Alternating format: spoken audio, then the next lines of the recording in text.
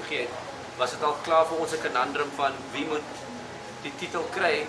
En it's a bietjie stressful because jy weet nie wie die laaste top 2 nie. So before I got to that point, I wanted to let the top 4 know that I see them and I appreciate them. And this, the only way we can show appreciation is by. Die laaste paar episodes was jy baie emosioneel as wat jy in die vorige was. Well, my naam is Emma. Vandaag was weer een van die, wat maak emoties wakker? Wat is het wat jy so... Because, luister, op diezelfde tyd nee, moet jy besef, soms moet jy 'n besigheidsbesluit maak in terme van wat jy dink from a business point of view. But other times, you have to trust your gut and go with emotion.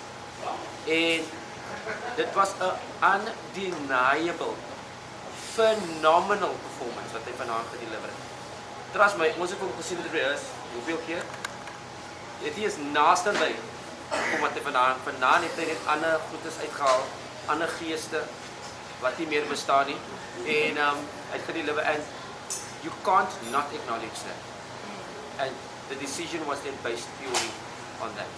Die titel wen, it's iets wat jy nie kan begrip nie. As iemand wil sê daar's 100,000 mense, dan ja, was hulle vir jou sê daar's 1/4 miljoen mense wat gestem het.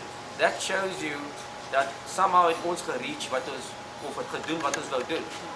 En so ek kan dit nog steeds nie begrip nie. Sy kamerlisse en al sy vriende wat kom en die mense wat hom oral nooi en ander dorpe ook, hulle nooi ook kom sing vir ons. Dit is nie net so 'n kompetisie nie, maar dit is net kom sing vir ons.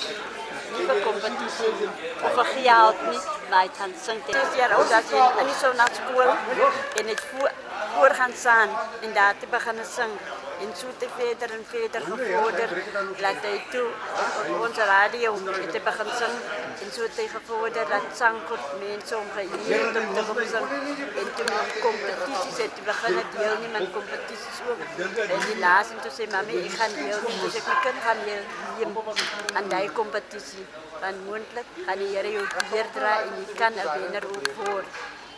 Ek het vir 2 minute stil gesit en ek het net so gesit, want die skok was te groot. Ek kon dit nog nie inneem nie en ek kan dit nou nog nie inneem nie, want ek net sy naam hoor, terwyl dit net vir my, hierdie is een van sy drome wat waar geworden. Hierdie is sy grootste droom wat waar geworden, die begin van sy sangloopbaan. Die groot passie en liefde wat hy vir sang het, kan hy uitleef, elke dag kan hy dit doen waarvoor hy lief is. So ek is ongelooflik bly vir hom en altyd baie trots